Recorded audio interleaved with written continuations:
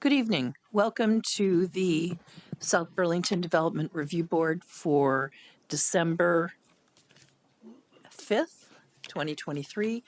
My name is Dawn Philibert. I'm the chair of the board, and I'd like to welcome you and introduce other members of the board. Pardon me.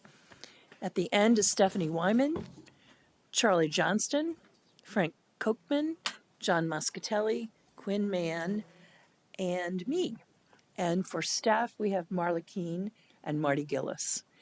This is being recorded tonight, and there's several ways of participating. One is to attend in person, or people can attend virtually online and be recognized to provide public comment when that time is appropriate, just like if they were here in the audience, or people can also call in. And if you are attending virtually, please go into the chat box and provide your contact information to us, so we'll have that. If you're here, it's important that you sign in out back on the table.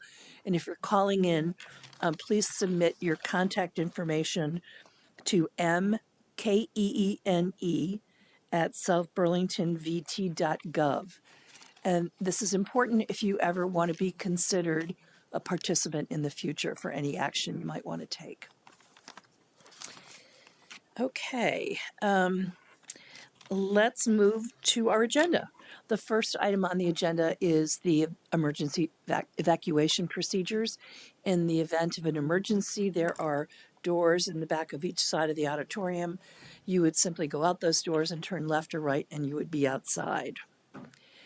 Are there any additions, deletions, or changes in the order of agenda items? Hearing none, we'll move on to number 3, announcements. I think I pretty much covered those. Any other announcements that folks have? No? Okay. Comments and questions from the public that are not related to the agenda? Hearing none, we'll move on to our first project to be reviewed.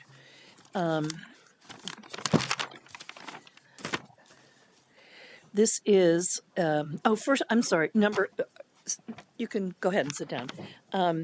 The first, number 5 on the agenda is continued master plan sketch plan application SD 2312 of Eric Farrell for an existing approximately 105 acre lot development with 2 single family homes and 6 unoccupied or accessory structures.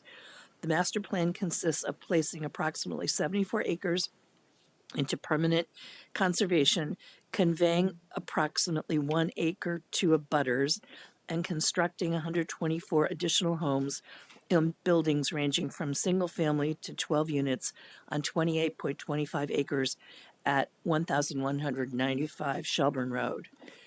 The applicant has requested that we continue this project review to another date. And I think, Marla, you were hoping to have that date. Yep, they requested January 3rd. Okay. I would entertain a motion to continue SD 2312 to January 3rd, 2024. So moved. Thank you, Quinn. Any second? Second. Thank you. Any discussion? All in favor of the motion, say aye. Aye. Any opposed? No? Okay, it's carried. We will see that applicant back on January 3rd.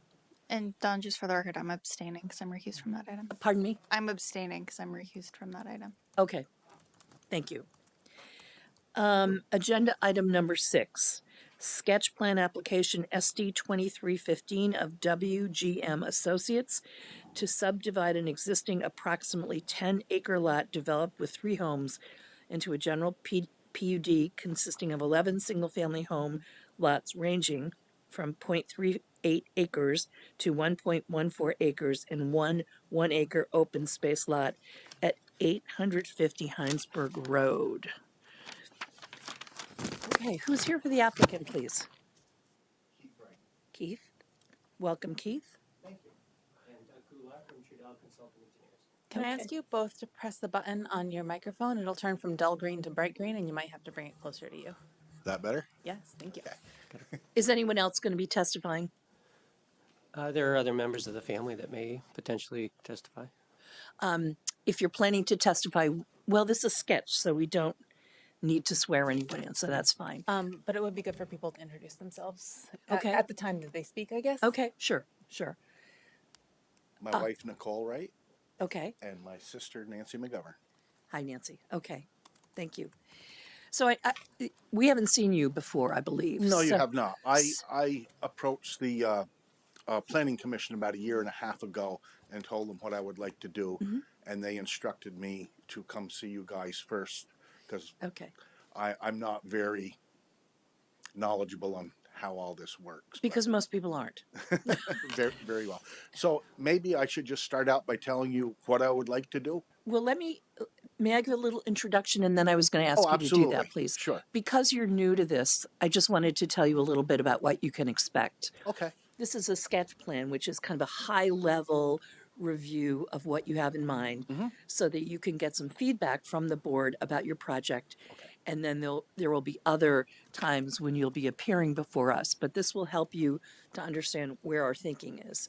Okay. So what I'd like to do is have you give a brief overview of your project. Okay. And then we have a staff report, which I'm sure you've seen.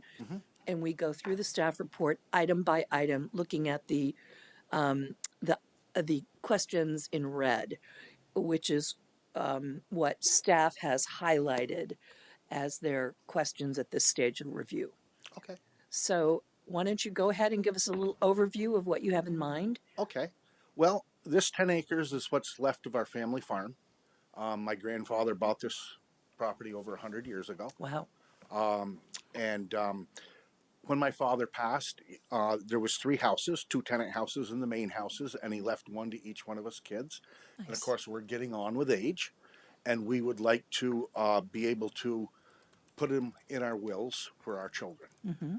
So hence the subdivision of the 10 acres into 3 properties. I would also like to be able to let each of my children build a house on the property so they can come home and raise the 5th generation of rights there. Okay.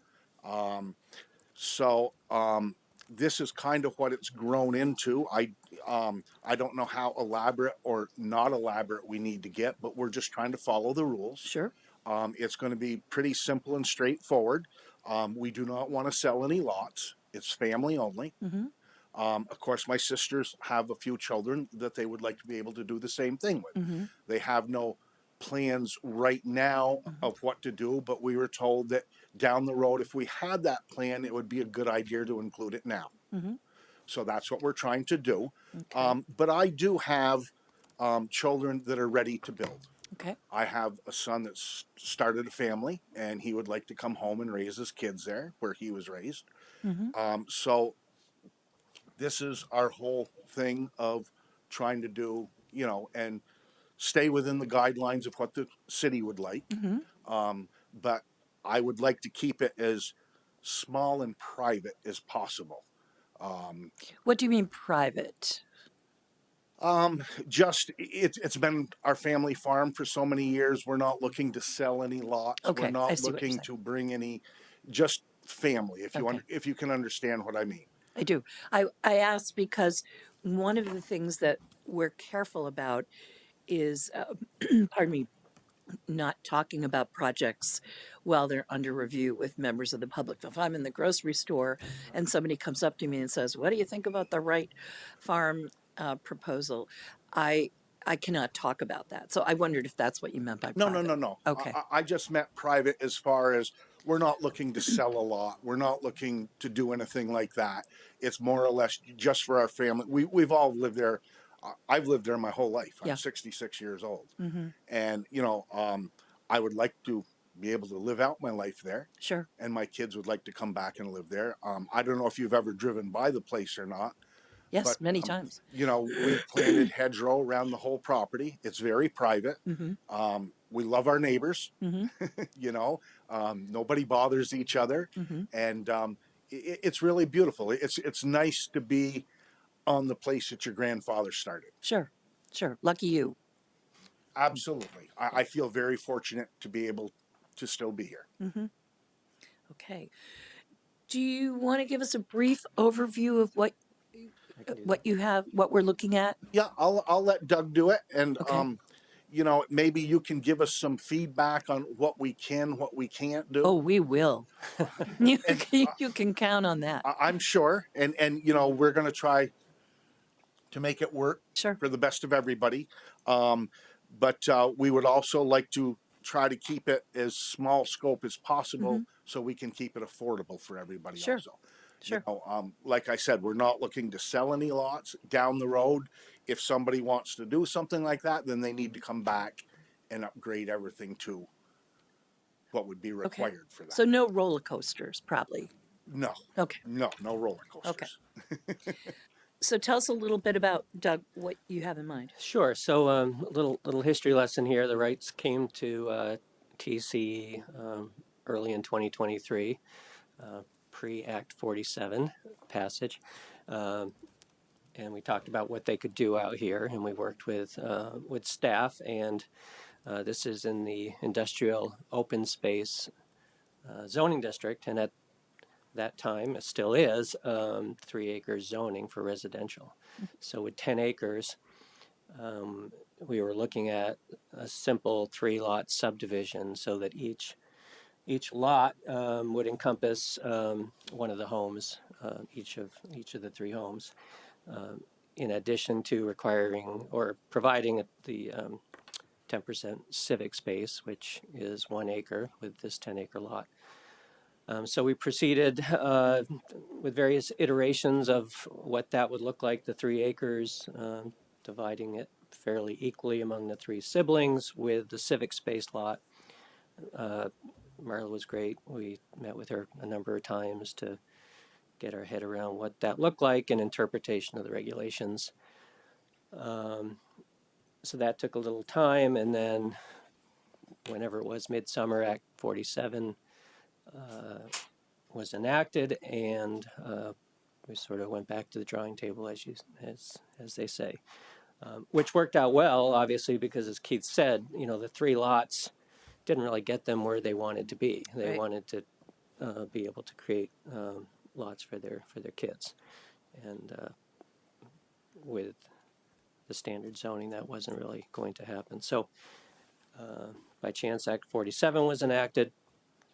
So we came back, looked at an alternative layout, again, met with staff, and they were great to try to interpret what Act 47 meant relative to this project.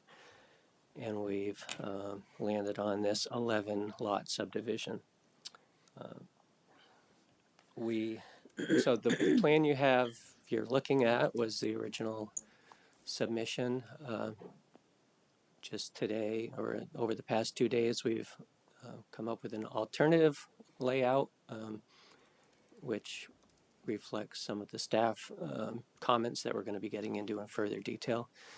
So we might as well play our cards right now and lay that plan out in front of you, which is what you see here. So this is the second iteration. This is the second Okay. iteration. The first iteration is all, green, and property lines are in brownish color, which is what you see there. And then the second one isn't as formal, but all the cyan blue colors are what we'd like to talk about now, which is, slightly different lot layout. The big difference is that there is no house in the center area, which would be our civic space. So Looks like a big swimming pool. yeah, choice of colors may not have been. So that's the layout. We want to talk about both layouts, but Okay. but those are the presented on top of one another. So there are 11 lots proposed, and as far as utilities, we haven't gone very far. Obviously, it's sketch with design, but there's a municipal water main along the east side of Hinesburg Rd. That could provide water service to the lots. The 3 existing lots already are connected to that water main and using it. There's also a municipal sewer main running along the east property line, the full length of that line, which we also have access to. So we certainly intend to do that, Okay. is to provide municipal sewer and water to all the lots. Access, we're looking at a private road, fairly narrow road. We can talk a little bit more in detail later on about what that looks like. The regulations, as you know, prohibit dead-end roads greater than 200 feet. So Hinesburg Road into the project 200 feet kind of brings you to the back of lot one, so it doesn't allow, the number of lots that we want to create on that length of 200 feet of road, obviously. It might make sense to jump into the staff comments at Okay. this point. All right. Well, I just wanted to talk about just access. We're doing a loop road, sewer, water, stormwater. Obviously, we'll be dealing with at a later phase, but stormwater will be on site, treated on site before discharge. So that's my general overview. Thanks. Frank, did I hear you starting to say something? I hope Marley is going where I was going, because it seems like we have a threshold question here. Right. That needs to be addressed. Mm-hmm. Could you turn on your microphone, please? Microphone. I'm sorry, I said I think we have a threshold question that needs to be addressed, pointed out in the staff notes, and I think it's a serious question. Okay. Before we do that, I have a question that is much more general, I think, and maybe it's related to the threshold issue, but in the context paragraph, and maybe we've kind of answered this, the minimum lot size in this zoning district is 3 acres. If that's true, you're not going to get the number of homes you want out of this property. But are you applying to do this because Act 47 changed that? Okay, got it. Yes. Correct. Act 47 allows 5 units per acre density in an area that has the availability of sewer and water, which this lot does, in our opinion. And that's the issue right now. That's the threshold issue. Right. That's red item number 1. Right. Pardon me. So item number 1, right before the comment, therefore staff is recommending the board consider this entire parcel as being an area served by municipal sewer and water. Maybe that's not relevant, but the first comment is, let me read it. Staff recommends the board review the analysis, ask any necessary questions, and determine whether they will accept staff's recommendation if the board finds that this lot does not qualify as being an area served by water and sewer. Staff recommends the board provide that direction up front. The application and the remainder of these staff notes become irrelevant if the provisions of Act 47 do not apply to the property. So that is the question before us. Frank, it sounds like you are prepared to speak to this. I am in 2 respects, I think. One is that I have trouble with the staff's rationale for getting there at all, but what troubles me particularly is later on, I forget where it is, you try to reserve the right to make a different ruling in another area of the city. And that's my problem. I don't think your rationale is strong enough to say, oh, but the area where the houses are is different. We're going to preserve large lots in that area while construing Act 47 to supersede the regulation in this area. I think that's a regulatory, an administrative inconsistency that is, in the language of the court, arbitrary and capricious. Well, it's ultimately the board's decision if such an application were to come before you. And I'm telling you what I think. So what is the It's other? not. Let me put it this way: if the board were to accept your view,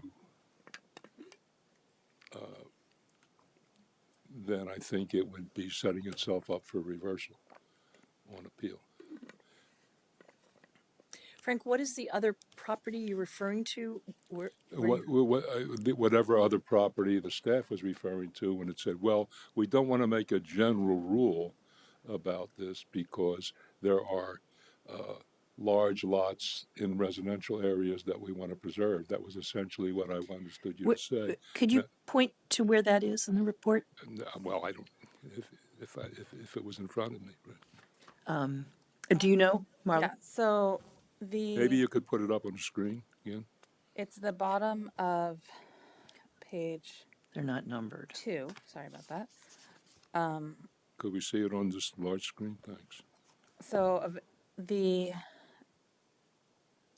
supposition is a very large lot that has water and sewer access at the front, but the rear of the lot is half a mile away, and say it's in the R1 or something. And it would be inconsistent with city goals to allow development at these densities at the rear of the lot. That is that is not a specific lot that we're referring to. It's sort of a mushed together amalgamation of a couple different lots that we looked at, and as we were looking at this lot and said, well, there's some other places where water and sewer aren't all together, and how does that determination get made? All we're trying to say here is that we want the board to make the decision on a case-by-case basis until such time as the Planning Commission has updated the regulations. And what I'm saying is, unless the board is prepared to say that Act 47 supersedes those broadly referred to lots as well, then it ought not to allow it to supersede in this circumstance. I think it's a bit of a red herring to think about a hypothetical lot at this time. Well, you raised the hypothetical lots. It's your red herring if it's a red herring, and it was a cautionary red herring for me because I think the board is asking itself for trouble. I'd say something else, that if anything, Act 47. Well, this cuts the other way. I'm just trying to air the topic out. Act 47, if anything, is directed at encroaching upon these large lot residences precisely, much more than they are on. I mean, this would be an argument in favor of adopting the general rule, is what I'm saying. They weren't after industrial sites; they were after luxurious residential lots in urban areas that they want to have, frankly, used on a more dense basis. That's sort of a not very hard intent to divine from the legislative act. So I don't have a problem allowing it so long as the board is comfortable with the idea that you're not going to have the privilege of letting Mr. Top Hat come in and keep the large lots if it comes up. Okay. That's all. Okay, thanks. Other comments? John, I see you nodding. No, I agree. I can't say I was able to get entirely through reading legislation, because if you're not a lawyer, is really difficult. But I think it's pretty clear that their intent was to get more subdivision and higher density. Right. Given the discussion around Act 47 at the time, I'm not sure this is really what they had in mind, because, really they've authorized this property for like 50 units. In theory, to solve the problem they're talking about solving, they would love to see 50 high-density units at a much lower price point on this plot, which is what they were driving for. Kind of, I agree. I think 47, to a large extent, supersedes our regulations, and I think ruling against that is not going to fare well in court, but I'm not a lawyer. So I agree. In this case, I think it makes sense to say that this parcel is served by water and sewer, because there's water and sewer on both sides. Okay. Other thoughts? I'll just echo that I concur with, as far as this lot's concerned, that it's qualifies as the area served by municipal sewer and water, as staff has outlined, and we would look at case-by-case basis moving forward. And I get what you're saying, Frank, but I think to also tack on to what John said, this is the type of area that Act 47 was getting at, so it seems eligible to take advantage of this. The one other caveat is that we seem to have an ordinance. I think the staff was shall we say, artful in stretching the language or stretching the non-language as far as it would go, saying, well, we'll allow, we'll allow connections up to 200 feet. But the staff says, but it doesn't say we won't allow them more than 200 feet. In fact, what's the practice? They're more than 200 feet is, Common? yes. All right. So, any other comments? Are we in agreement that we should proceed to go through the staff report and that this proposal meets the criteria of being served by sewer, town's municipal sewer and water? Yeah. Okay. Any objections to that? Okay, lucky you. You're going to go through the staff report with us. Thank you. Okay. Comment number 2. This discusses Act 47, and I think we've kind of resolved this. It supersedes the South Burlington LDRs. Any comment about that? Let's move on to number 3. This is a request to delineate the wetlands. Can we go back to 2? Pardon me? Can we go back to 2? Sure. I guess, I think somewhere in here, I just wanted to make note that, the reason we're proposing this as a PUD is that we were trying to bridge the current regulations that have, 50-foot front yard setbacks and 35-foot side yard setbacks, that Act 47 doesn't necessarily specifically say you can abandon. Mm-hmm. They just say you can, develop up to 5 units per acre, Right. which the staff comments say is, 0.2 acre lots, which we're not proposing that small, but to get to even this density and to make these buildable lots, we're going to have to look at setbacks that are less than, the current setbacks in this zoning district. Sorry, Doug, you said you're proposing this as a PUD? Our assumption was that you were not proposing it as a PUD. We didn't see any instances where a PUD would be required. The board does have the authority to modify dimensional standards outside of the PUD process. 11-lot PUD sketch plan. Okay. So that was one of that I don't remember exactly where it says it in the report, but I think we talked about so it's E, it's after comment number 4. So this application is not required to apply as a PUD, but is permitted to apply as a PUD. A plan unit development has the benefit of allowing the board to permit alternative compliance to dimensional or design standards, provided the alternative results in a better project. At this time, staff is not aware of any need for this project to apply as a PUD. So, is there a reason you would like to apply as a PUD? It's simpler not to.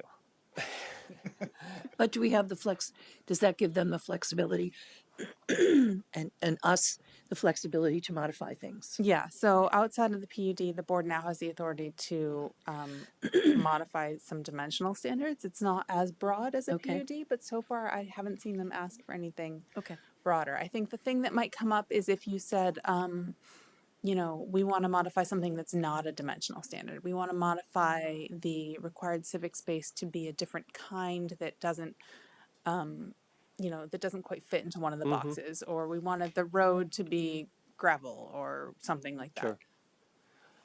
Okay. I guess Maybe that's something we'll to leave that open, I Yeah. guess, and we'll talk to you a little bit more, maybe not in this Yeah, it doesn't have to be a decision right forum to decide, right, what we're looking at, and, Okay, I'll and just if make we some notes on don't that. need to do it, whatever is most beneficial. I'm a little, I'm not quite following you on the dimension. The setbacks are binding on them at the moment, are they not, unless we waive them? Right, but the board has waiver authority within a subdivision now. That's a new thing. All right. But what are the proposed setbacks now? we haven't really proposed setbacks at this point. It But they'll looked- be potentially likely less than what's, regulated now. And that's 50 feet, right? 50-foot front, Right. 35-foot sides, yeah. I don't think it looked like you were looking for anything crazy. It was more setbacks commensurate with the size of the lots that would be allowed. Right, we under haven't gone that 47. far with the sketch plan to look at setbacks at this point yet, but What is the, I see 3, is that, how many lots across the front? Is lot 1, are those buildings going to stay there? Yes. yes. All right, so those are pre-existing buildings, so you don't have a setback problem there. Yes. Is that the idea? Or do they, when they, Well, front setbacks, we do. so is everything along Hinesburg Road already there? Yes. All those structures, and they're not changing? No. Thank you. We've tried to draw the new division lines to meet current setbacks. Front yard, for instance, is obviously pre-existing and not in compliance with the 50 feet. Okay, anything else on number 2? Before we move on to number 3, delineating the wetland. If we Will can, you be doing that? if we can get access to the neighbor's property, we can do that. We've sent our wetland specialist to the site, and she's determined that there are no wetlands on this property. But as you know, if there are wetlands on the adjacent property, that wetland buffer could encroach into ours. So Do you expect your neighbor will be cooperative? I don't know why they wouldn't be. Okay. We haven't asked yet, but I Okay. can't imagine they would care. Okay. You're aware that we need that, or you need that? Yes. Okay. So I think we've covered the master plan review. Comment number 4. This is in regard to proposed phases and timing. Can you tell us a little bit about your thinking regarding that? Well, I think we're looking at, I think Keith and I talked about at least a 1 to 2 year build out to where we want to start building the first new homes. I guess we would look to either you folks or staff as we move forward with this on the timing of the road construction in its entirety as it relates to lot build out. In other words, could we start building on 2 lots and have, a substantial portion of the loop or a T for emergency access, some sort of phased construction. The loop itself would be at least a 3-year build out, I would think. Okay. Is that So I think that we need to dive into that a little bit. And sorry, there was a weird Zoom thing happening, so I got a little distracted. You were saying that you want to do just the homes on the north first? Well, just to clarify, yes, on the property next to DR, that will be my slice of the property. My kids are ready to build some homes. As far as the other 2, Nancy has 2 boys that live in Florida. Maybe in 4 or 5 years, one might want to come home and build a house there. But for right now, in the foreseeable future, the other 2 properties have no plans in the hopper to construct something. I'm the only one that has something, kids that are ready to go. But when we talked to Marla about it, she said, if you have plans down the road, now would be the time to let you know, or, so you could make the decision all in one. So you don't have to keep coming back and modifying or whatever. So we just more or less said, well, okay, so if we did this, that should cover all the bases. Whether it ever happens on those other 2 properties, I have no idea. So Keith, sorry, I just don't know who lives where. You said Nancy's lots would be in a 5-year time frame. Is that the middle slice or the No, lower slice? I'm on lot one. You're the north slice, Yes. and that's pretty much immediate. Yes. And then the middle slice or the south slice would come next. Okay. Probably neither. When you told us, to project anything that might happen down the road, they said, oh, well, Sharon has 2 children. Nancy has 3, but one of the children already has their homestead built. So they just said, well, it might be nice if we wanted to do this. So that's why, hence the 11 lots. Whether it comes to be or not, I have no idea. The So only, and maybe we're going about this wrong. Maybe we shouldn't be proposing all 11 lots. This is why, I wanted to talk to you, because you'll give me the direction that you would like it to go. But I'm just trying to be very honest of what could happen down the road. But my children, like I said, my 3 children are ready to start building. So, given that the lower lots, the middle lots and the lower lots are not contemplated for development right away, I assume the board would want to see some sort of phasing plan for the road as well. Yes, I would think so. So at the next stage of review, make sure you get those phase lines on the plan and show what that interim condition would look like with a hammerhead turnaround for the road. Okay. Would that be something we would typically work with staff or public works or emergency services or all of the above? Yeah, depending on, we have, I think, a template that is our standard. I don't believe our DPW specs have actually made it to publication, but they are like inches away as soon as somebody gets some free time. So that would be where to go if it's available, and if not, I can just send Sure. it to you. Any other questions about number 4? All right, let's move on to number 5. I have a question for you, Marla, about this. The last sentence of number 5 says, staff recommends the board discuss with the applicant how the purpose of contiguous open spaces can be met. What do you mean by that, the purpose?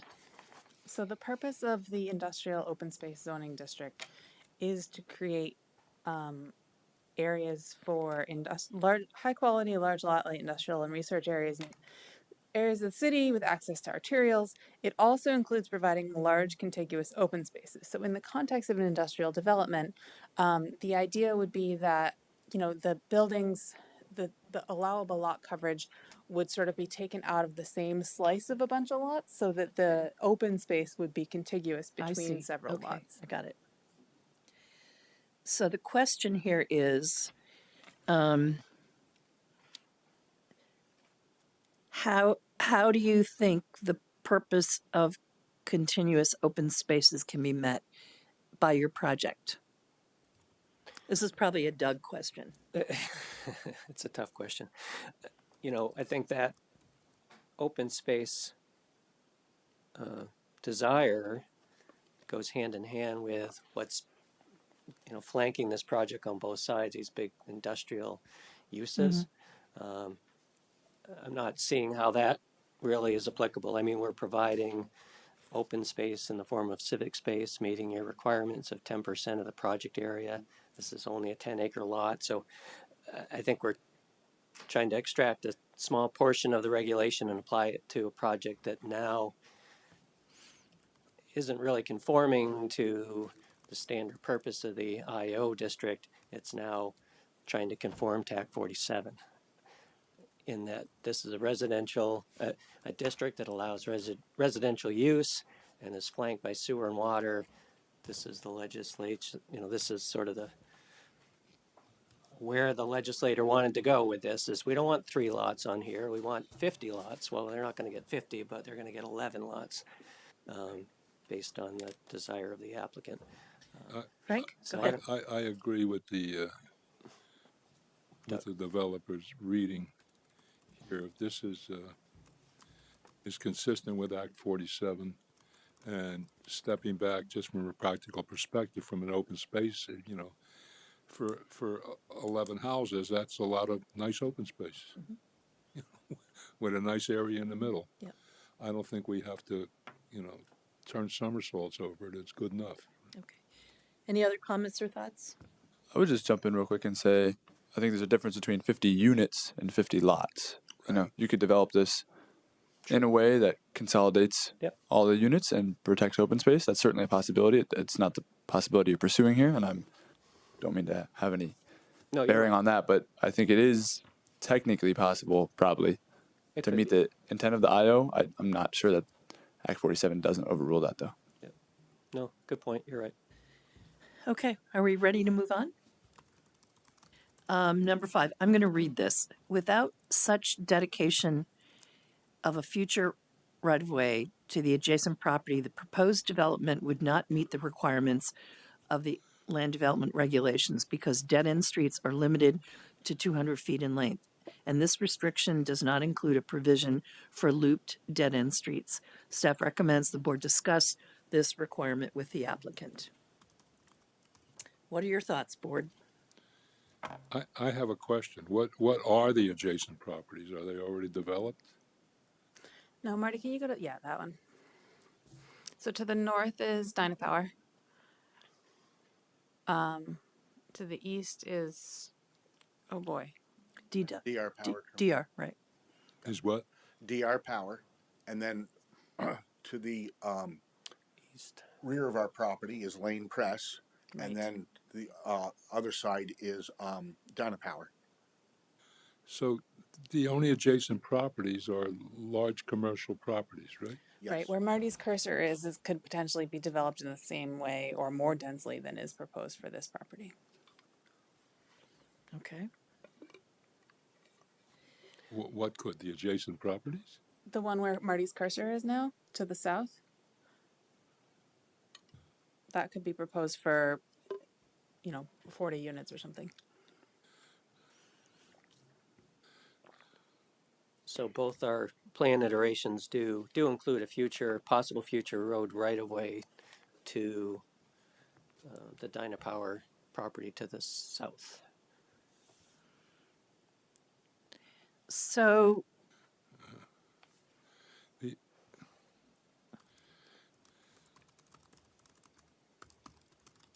Frank, are you wanting to say something? What's our latitude on fooling around with that requirement? The LDRs require connectivity between lots in many places and prohibit dead-end streets in a couple other places. So I think that you'd have to modify like 6 different standards of the LDR in order to not have it. I think actually I'm noticing now for the first time that the way Doug has that road laid out is actually pretty neat, because if you can pan down just a tiny bit, I don't know how much further the page goes, but that right-of-way actually would extend into the existing driveway rather than into a completely new road. Right. Can I ask a question? We have 2 major driveways. Obviously, the one that you have here, and the other one is between house lot 2 and 3, which is another major driveway. Would it be better if it was just a U that went down and came back up and went out there? Then it would not be a dead end street. I mean, it's going to be a private road.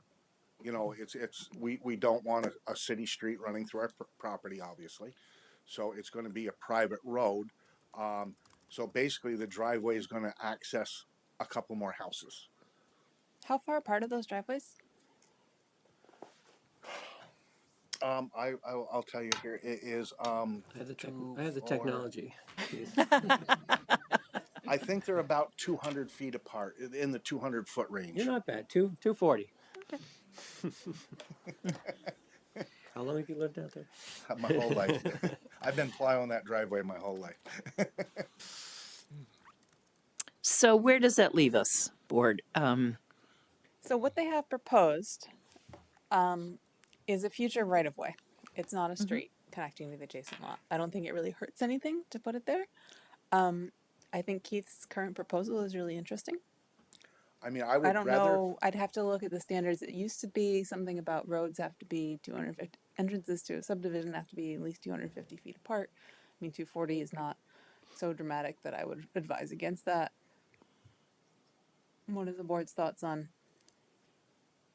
Well, does that proposed future right-of-way satisfy the connectivity requirement as far as you're concerned?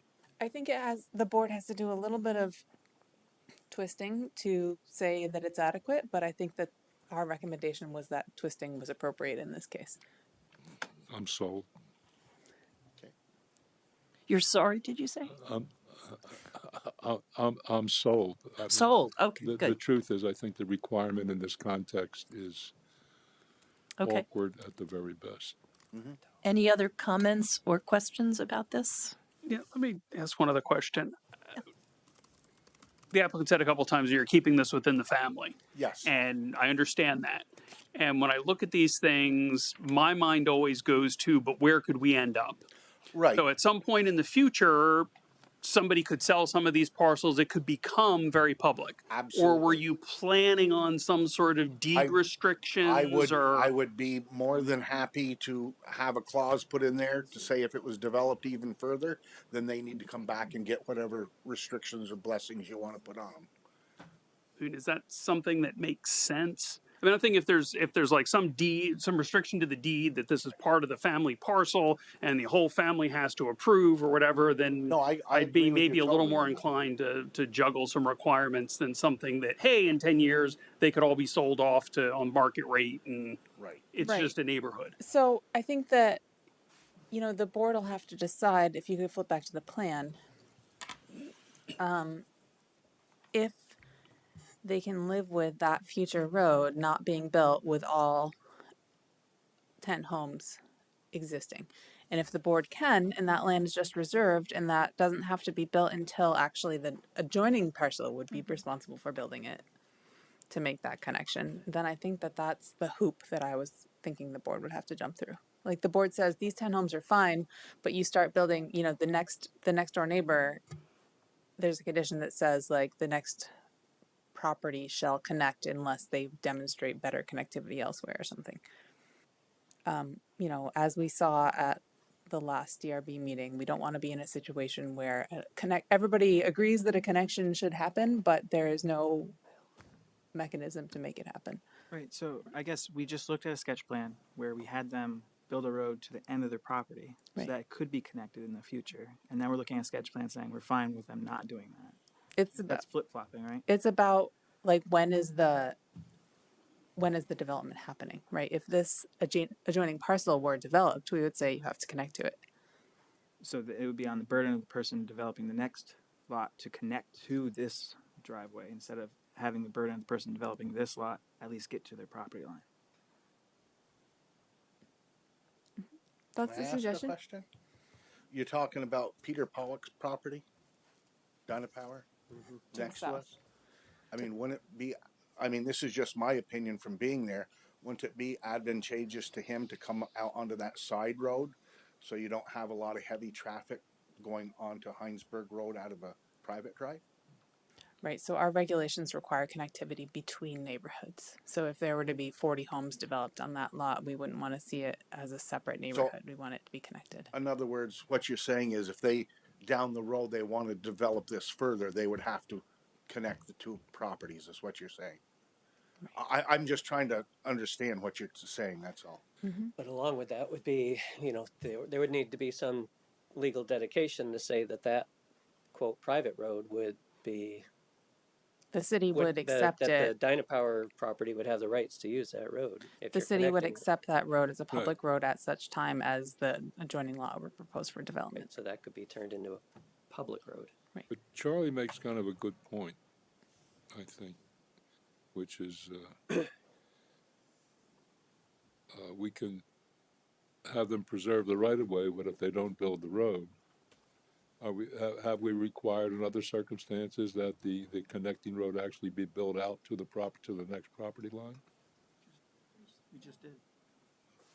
Last meeting. So you take that, Keith, you're not building any more road. Right. Well, this is already existing. Right, the difference there being that it's an already developed property next door. There's several other instances that the board has done a similar thing where they've said the adjoining property is developed, therefore you must make the connection.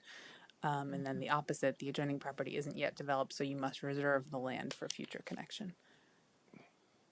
And that tends to be And we have precedent for doing that? for both of those things. But I see your point, and precedent is not binding.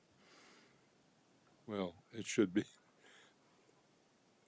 Well, I think our preference actually, as Keith mentioned, would be one alternative is to abandon that future road connection to Dynapower and do a large loop. Yep, just like Marty's drawing out there. I don't think that Certainly not a dead end at that point. It's got two means I of don't access. think that works in the LDR, but I don't want to say for sure right off the top of my head. I think the LDR requires reservation of land for future connections. But you know, our suggestion from the get-go is that you don't require the rights to build that street. So where does that leave us? So I guess it sounds like the board's a little divided on what feedback they're providing. My question is whether we have, I think precedent matters. You don't just, I'm sure precedent matters. Let me put it that way.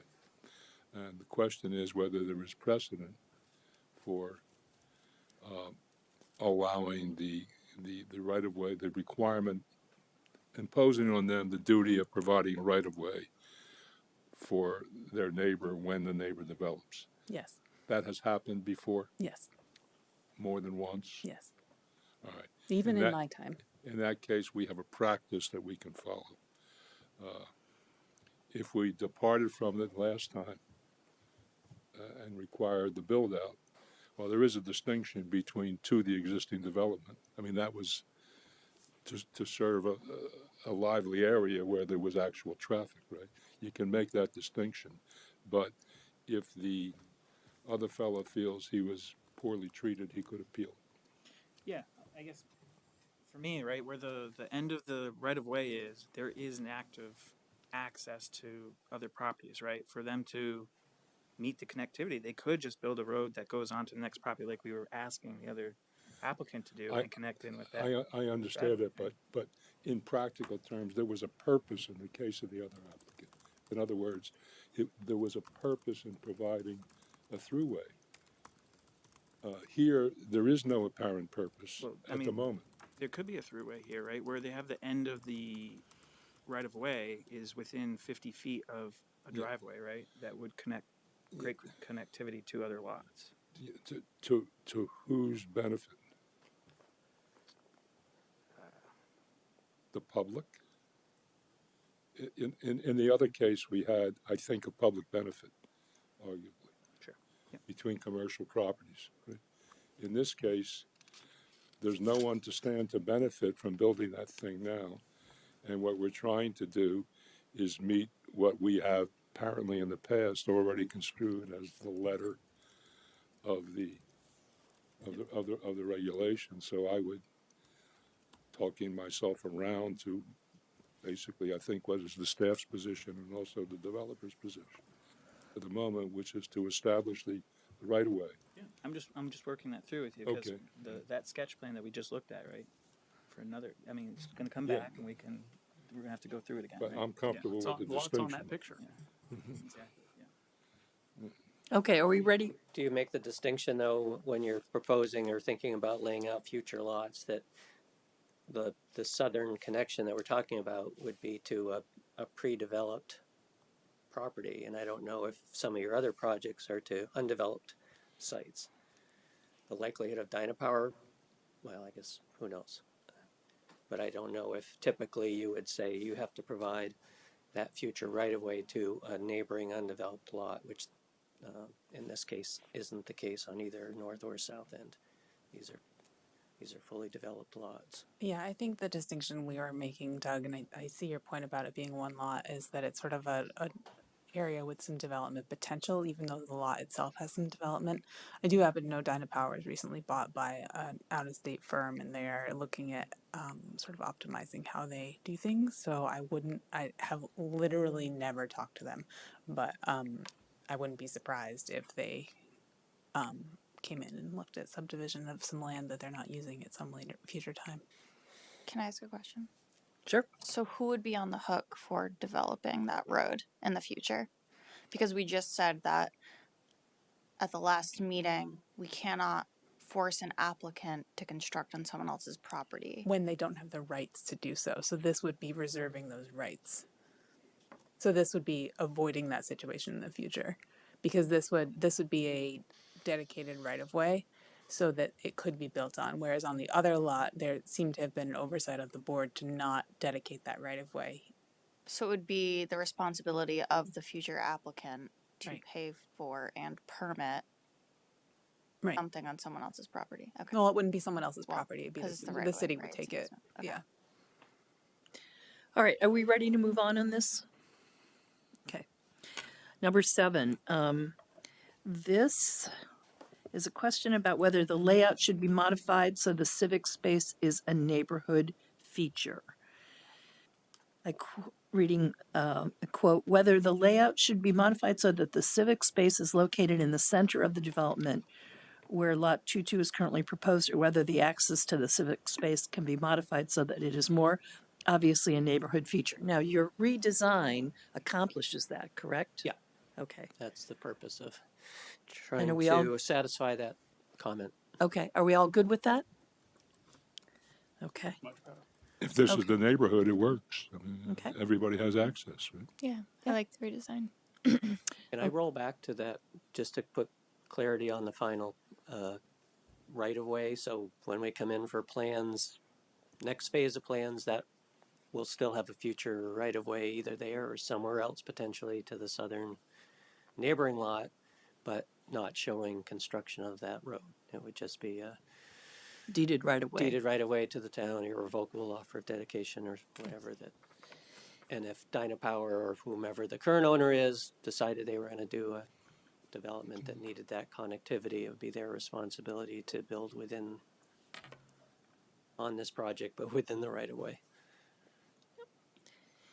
Okay, number 8, I think we've resolved. I'm sorry, I have one more Go ahead, question Frank, about yeah. the right of way. Is the connective road required to be built to city standards or not? The connecting road? That The right of way. the right of way, is that required to be built to city street standards? Yeah, it will be. All right, you clear about that? So the width of the right of way, in other words, has to conform to whatever the requisite standards are. All right. Okay, number 8. This is a question again about Act 47. Pardon me, does it supersede the LDRs? I think we've resolved that. Does everyone agree? Which one are we on now? 8. So this is talking about how, Forefront, but the redesign right. just got rid of that. obviates it, yeah. Okay. So let's move on to number 9. Now, is number 9, I would have to reread it. Is that taken care of by the redesign? Yes. Okay. All I right. mean, lot 1-5 in the old layout had a 22 feet of frontage to the roadway, so it did have some frontage. I think the staff comment wasn't 100% accurate, but the new design makes it more conforming Okay, than what was there, so good. I think the point was taken. Number 10, what street types are anticipated? So we're anticipating based on Article 11, Table 11A, a narrow neighborhood street. A narrow what? Narrow neighborhood street is what Okay. its technical term. I can read out what that is if the board's interested. So a neighborhood narrow are a special residential street type within the local street network that provides for greater intimacy and ambiance. And you can't make this up. For as well as traffic calming because of its limited width. Its application should be targeted to areas where through trips are undesirable or unlikely, and where parallel alternative routes are accessible.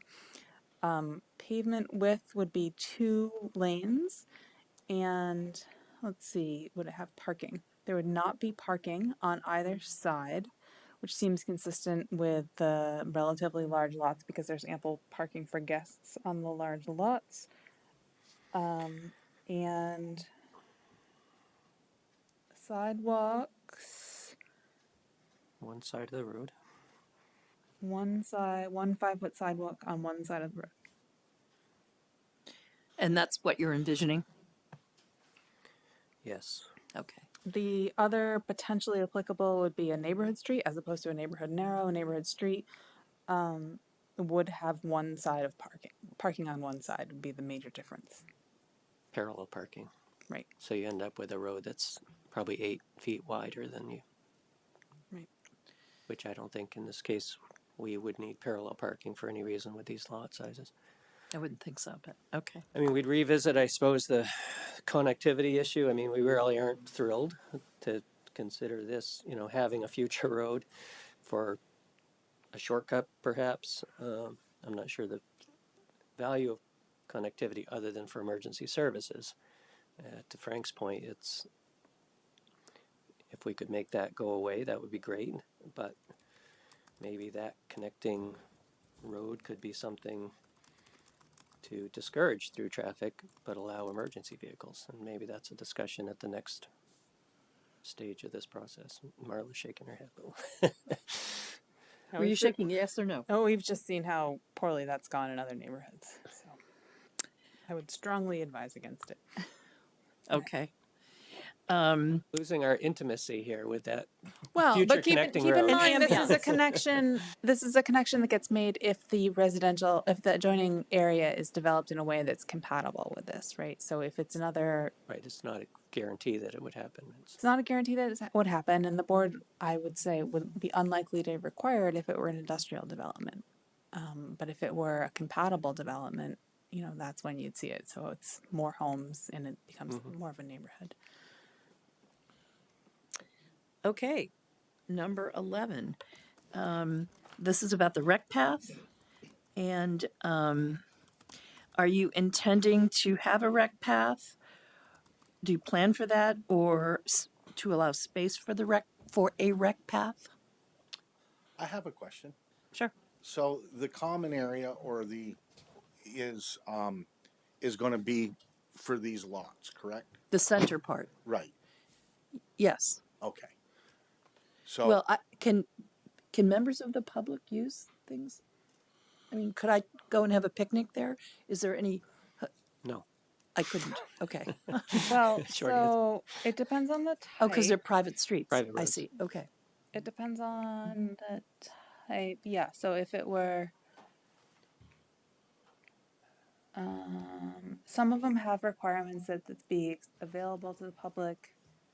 Others don't. I mean, if we're not talking about on-street parking, it'd be pretty hard for a member of the Right. public to use it Wait a anyway, minute. Right. Okay. unless they walked. So, If- go ahead. Let me back up a second. These are private streets, they're never going to be dedicated? Well, they're going to have to be dedicated with some agreement that we won't take it unless there's connectivity. I'm sorry, I didn't hear you. They're going to have to be dedicated with a written agreement that the city won't take them until it's connected to an adjoining lot. Okay, because it's the connectivity that's inconsistent with a private street. Right. Okay, all right. So let's go back to the planned rec path or space for a rec path.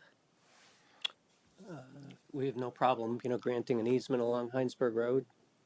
Is along there the frontage. room given the existing homes? Excuse me? Is there room with the existing homes? Not much. There's 15 feet between the house at 850 and the edge of the road. Not the 850 is the middle one. The first one. that's the one Keith- on the corner. Keith's the northwest corner. There's, Yeah, that is pretty close. we showed Oh. a sidewalk for pedestrian connectivity, but 5-foot path's different than a 10-foot bike path. Right. Again, Sorry, you said 15 feet between. between the house and the road, The edge of pavement. edge pavement. Yep, at the tightest corner. Okay. Though obviously, right, there's so little space between the property line and the house that you couldn't get anything built there. Doug, I think, sorry, I don't mean to overstep No, here, go but I think that given that amount of space, I might want to have a conversation with DPW about, well, it's not our road. Hinesburg Rd is V-Trans right of way. Have to have a conversation about like how that could possibly work Is the pavement wider than it needs to be? You know, just thinking about Mhm. what that should look like. So I think that staff needs to do a little more homework, but we'll put that on our list to look at for next time. So that brings us to the end of the staff report. And I'm going to ask if anyone from the public would like to make some comments. But before we do that, do you have any questions for us? I'm good, I think. Not really, I guess. Now, am I going to be able now the driveway, or I guess you want to call it private drive? Am I going to be able to keep that gravel? Keep that what? Gravel? I don't know the answer, Marla. I guess if it's private, you could. But obviously, I don't. the base to it and everything will have to be constructed to city standards. Sure. I understand that. Yeah. But you would rather not pave it.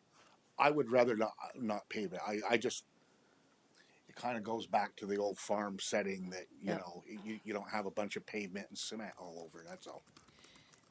Is that allowed? Let me look into it. That's a good question. If I think it's a different conversation if it's constructed to city standards and it's just not paved versus, you know, just a gravel path. Okay. I'll write that down. Okay. Now, will you communicate back with them or? Okay. Marla, we'll get back to you. Okay. Any other questions? Okay. Other than, I know you guys don't approve or disapprove sketch plans, but I'm assuming that you're generally accepting of it. I guess if I was misreading that, we would like to know that before we No, I dived think into preliminary if design. we had but- major problems, you would have heard about it. Okay, that's great. You're reading the room, and I think that you've taken our feedback. So let's take a pause and ask if there are any members of the public who would like to comment, either online or in the audience. Yes, sir. I just had a quick question because there was. Would you state your name, please? Hi, my name is Gary Winslet. I live at 11 Chelsea Circle. Okay. I just had a quick question because there was mention of like deed restrictions, and I totally respect, you know, private property. If this guy wants to build on his private property, I respect that. But there would be rules placed by the DRB that like I couldn't buy a house on one of these lots later? Is that what I'm hearing? So I'm just going to say it again because Gary didn't use the mic. Gary Windlet is asking about deed restrictions on the lots being private. And I don't know if the board wants to answer that or if you want me to answer it. I'd like, well, right, unless, I'd say go for it, Marla, unless someone on the board would like to comment. Right, so go ahead. It was something John raised, and I didn't say anything at the time, but I think it's a potentially vulnerable restriction. But that would be up to the landowner, not us. I don't think we would want to impose the duty to create a deed restriction. I wouldn't want to be in that position. He could try it to restrict it to family. Whether it works in the long run, I don't know. Well, It's challengeable, I think, but a question about that would be if anything more was to be done on this lot, they would have to come before you and get your graces on it, correct? Yes. So, I mean, I just want to be fully transparent with the board that I'm not trying to develop lots to build houses and sell. That, you know, my plan is for my family. You know, I just want you to see exactly what I'm planning to do. And I have no plan, you know, down the road, I can't tell you what my kids are going to want to do in 30 years. Sure. Something might come along that will better suit. I don't know that. Boy, the area's changed a lot in the 66 years that I've been there. And, but they would have to come get your graces for that, correct? no. No, not to sell the house, but if they wanted to develop any further. develop anything physical, but I think a sale to the general public, for example, some grandson of yours might say, "Hey, I'm getting a good offer here. I want to go to California, Absolutely. and I'm going to sell it to him, Yep. cousin or no, right?" Right. And that very well could happen. And I think we understand that, and we should be fine with it. Right? Yeah. Okay. Yeah, I think the board appreciates kind of the, or I guess I won't speak for everyone, appreciates kind of, outlining how you foresee this in the foreseeable future. Right. But I think we are reviewing it as if it would one day become a neighborhood that might not be inhabited fully by family. Absolutely. So that's why we're asking those questions Yep. around connectivity and all of these things, right? So to the gentleman's question, the board wouldn't put any restriction on that, and we are going to be looking at it, understanding the vision that's in the short term, but also viewing this as a neighborhood that will exist in South Burlington, maybe long after that's the situation at hand. So if that's helpful. Does that answer your question? Yes, it does. Okay. Any other comments from the public? Are there any online? No. Okay, good. Well, that concludes the sketch plan hearing. We're pretty much right on time. Great, thanks So for your time. thank you very Thank you. much. Thanks for your We'll see feedback. you again. For the feedback.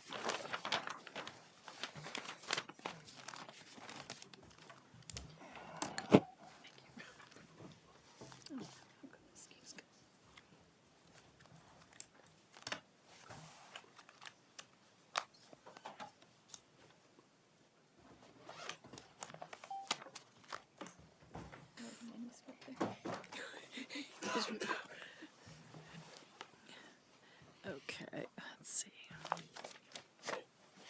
Where are we here?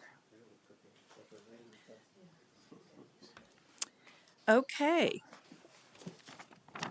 Item number 7 on the agenda is the sketch plan application SD 2316 of Gary Bourne to create a general planned unit development by subdividing 3 existing lots into 3 new lots of 0.18 acres, lot 1, 0.14, and my printing ends. Oh, acres, lot 2, and 1.06 acres, lot 3, and constructing a 3,350 square foot financial institution at lot 1, a 6,480 square foot 2-story mixed commercial and residential building on lot 2, containing 2 market rate and 1 inclusionary units, and a 3-story 27-unit multifamily building on lot 3, of which 9 units are proposed to be inclusionary at 760 Shelburne Road. I have a question. Hello again. Hi. Hi. So where, Can we like have people swear in? sure, Oh, I guess it's sketch, so no swearing, but introduce themselves. no swearing. Got it. Why don't you go ahead and introduce yourself and then I'll ask my question. Sure. My name is Jen Desatel. I am an engineer and project manager with Trudell Consulting Engineers, TCE. Okay. Thank you. And I'm Gary Bourne, and I'm the owner of the project. Anyone else who'll be testifying tonight? Maybe. My name's Greg Rabbit. I'm the project architect. What's your first name? Greg. Thanks, Greg. So you had a previous project that was denied. Correct. And where is this a totally new plan that you're coming? Yes, I'm not this is totally why clear on. we were directed back to sketch with Okay. a different project. Okay. But same plot of land. Correct. Okay. All right. So you know kind of the deal. Why don't you give us a brief overview of what you're coming to us with, and then we'll go through the staff report as we've done before. Sure. So I think your description was pretty good, but I'll just give a brief overview. It is the same corner that you've seen before. It is the redevelopment of an infill project on the corner of Swift Street and Shelburne Road.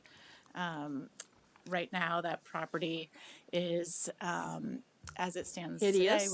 today, is a former gas station, service, auto repair shop in the back, and the kind of defunct graffiti Pizza Hut property.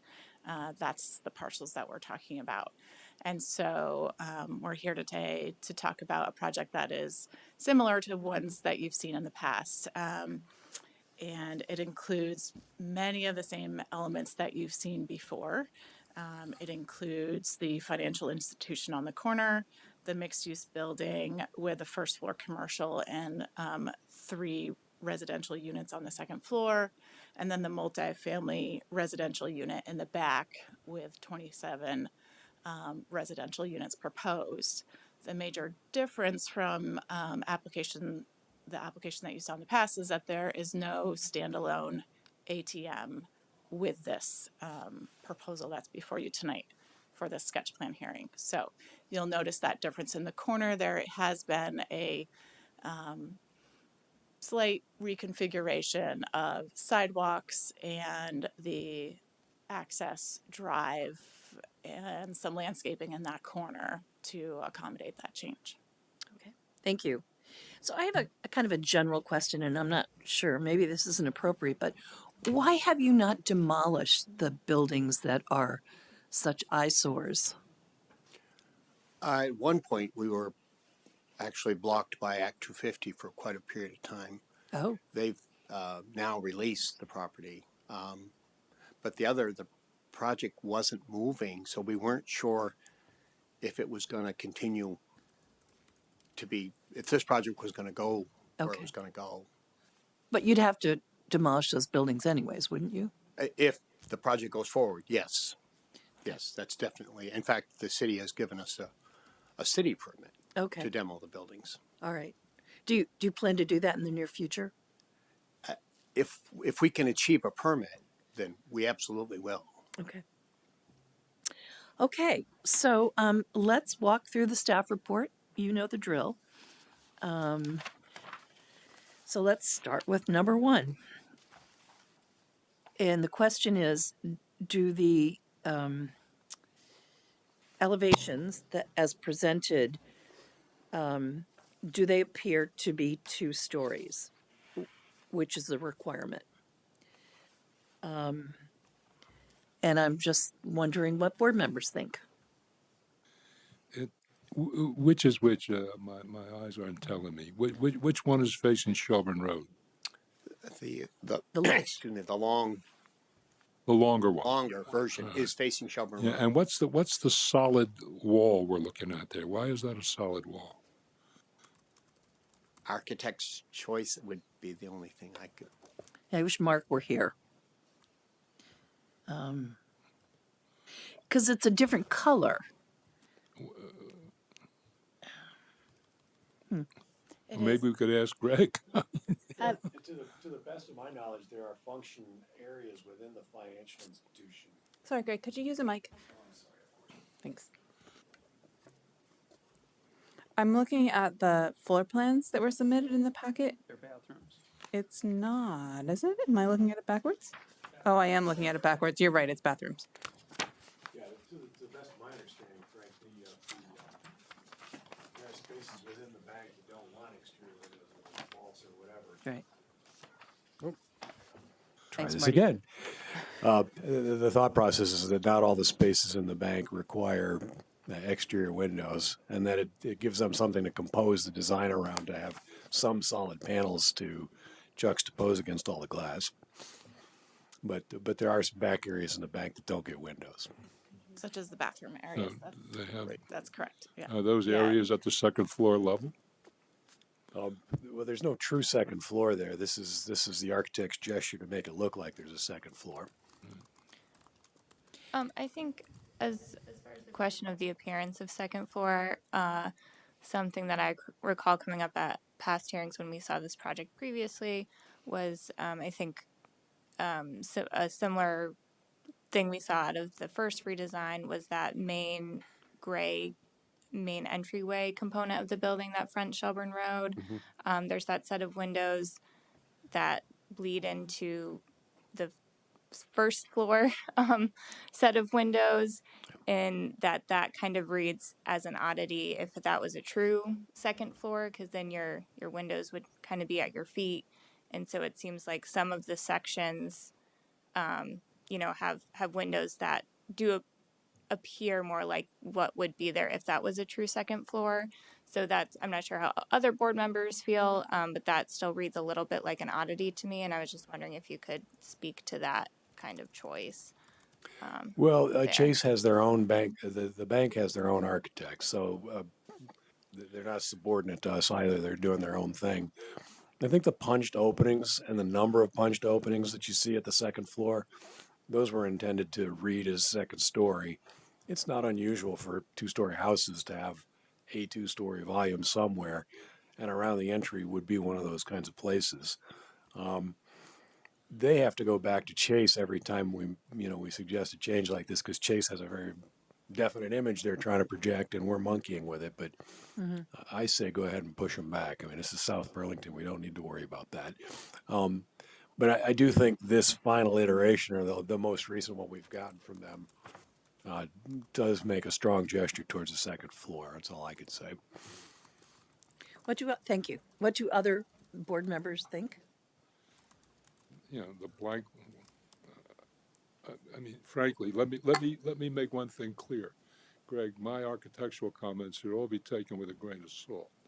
If I was, this is an aside.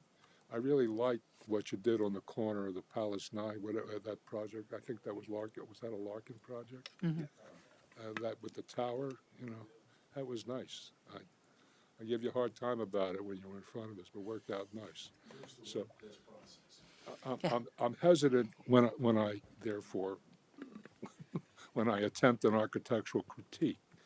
But I feel a little freer because you're telling me that blank wall is coming from the bank and not from you necessarily.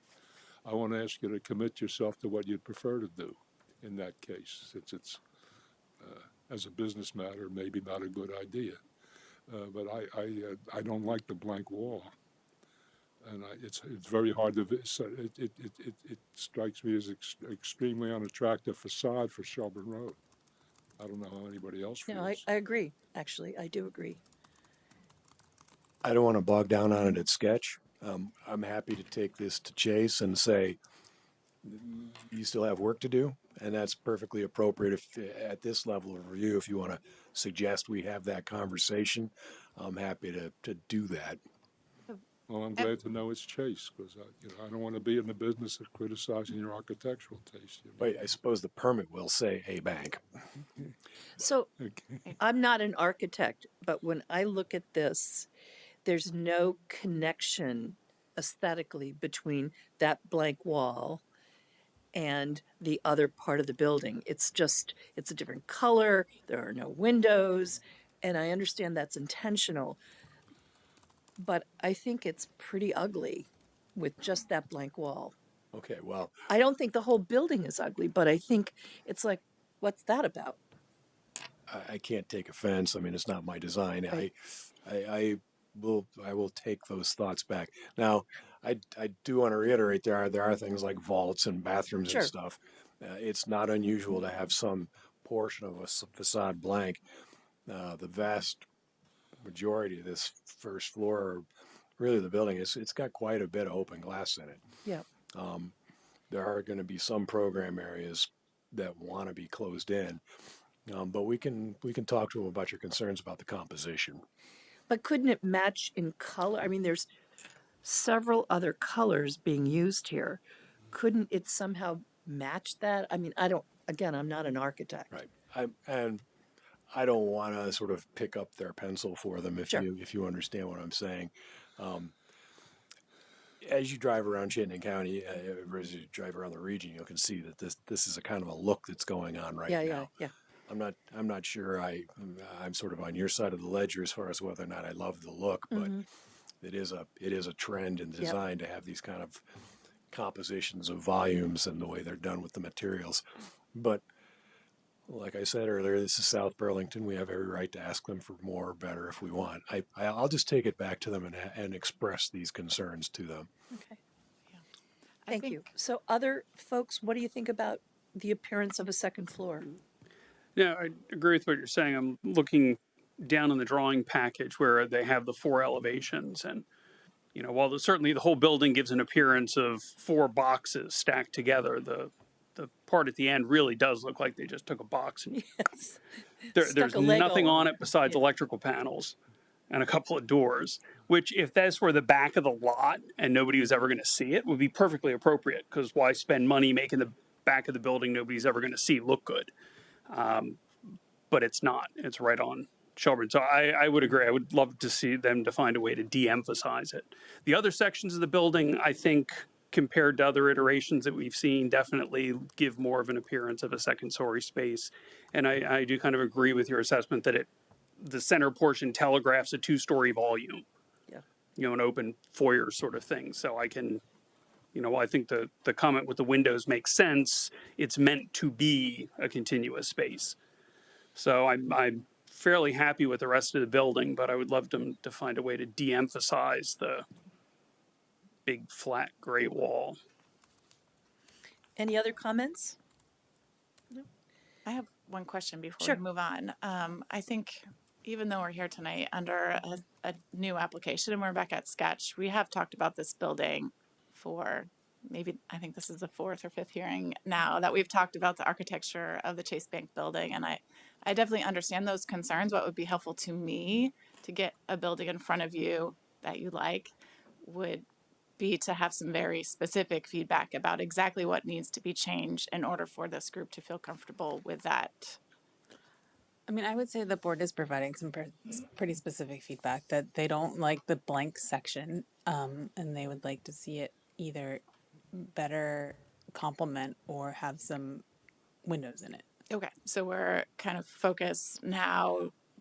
There's an agreement on the rest of the building being acceptable generally. It's just the kind of box on the end that needs some attention. Color or... And I think my experience is that a good architect may find that they want to make some tweaks to the other parts of the building in order to accommodate changes that the board is suggesting for the portion that they don't like. So I wouldn't say that don't touch anything about the rest of the building if that's not a good design. I don't think the board has ever said we're architectural experts, do exactly this. They're saying, we want to see some improvements in this section of the building and, generally follow best practices otherwise. Right. But in terms of the appearance of a second floor, are we in agreement that with the exception of that blank wall, it has that appearance? Okay. Okay. And we're moving in the right direction. Okay. Yeah. Okay. That's Good. helpful to me. I think I just really want to make sure that when we come back, there's a better chance that we have a building that you like. Okay. Thank you. So I have a question about the next one. I know what a setback is, and I know what coverage is, but what is setback coverage? Yeah, taken out of context, you're right. It doesn't make a lot of sense. So that is the coverage of the area of the required setback. Say that again, please. So it's how much of the required setback is covered with driveways and parking. Impervious. Specifically driveways and parking, actually. Okay. So we kind of say impervious, and I think we're all guilty of this. That's not actually what the rules say. The rules specifically limit it to 30% driveways and parking. Okay. So I'm going to read the question or the comment. On Swift Street, the proposed front setback coverage is 53.1%. Front setback coverage consisting of driveways and parking is limited to 30%. As submitted, the Swift Street entrance drive is 24 feet with no parking. Staff considers this to be far greater than the standard driveway width of 20 feet and recommends the board direct the applicant to reduce the driveway width to 20 feet and then reevaluate whether the requested modification meets the tests for modification of standards above. I can speak to that. Okay, thank you. So I think this is something that we've chatted about in the past, and I can say that the reason that the driveway width is what it is following conversations with the fire chief in order to make those big truck turning radii work. I think we at one point were showing a narrower driveway and had to make it wider in order to accommodate that fire truck. So, You're getting mixed as you know, messages. we're trying to meet all of the various requirements and come before you with something that meets those requirements. We did take out one of the access points on both Swift Street and Shelburne Road, so we're reducing the overall access points. But I think as far as the fire chief is concerned, he would prefer us to keep the width as is. I'll run it up the flagpole with the fire department, because I wonder, road widths are only 20 feet, so I'm surprised that they would say they require 24. I think it has to do with the swing of the truck on the turn of the entrance. So I did go meet with him in person about a year ago. I think it was last winter. Yeah. But I certainly would be open to hearing any new feedback he has. But I think that's exactly why it is this width right now. Okay, great. Any questions, comments? Number 3, I'm going to read the last sentence. Staff recommends the board ask the applicant to confirm this value, and if it is in fact over the allowable 30%, describe why they believe the modification to be necessary and how it meets the test for modification of standards. I think this was a good catch by Marla or Marty. I'm not sure which one. Marla. We did go back and double check that coverage on Shelburne Road, and the number is actually 36.1%. So we are slightly more than the 30% allowable, but not 40%. Okay. Any comments, questions? Well, but the rest of the comment stands. What is the justification?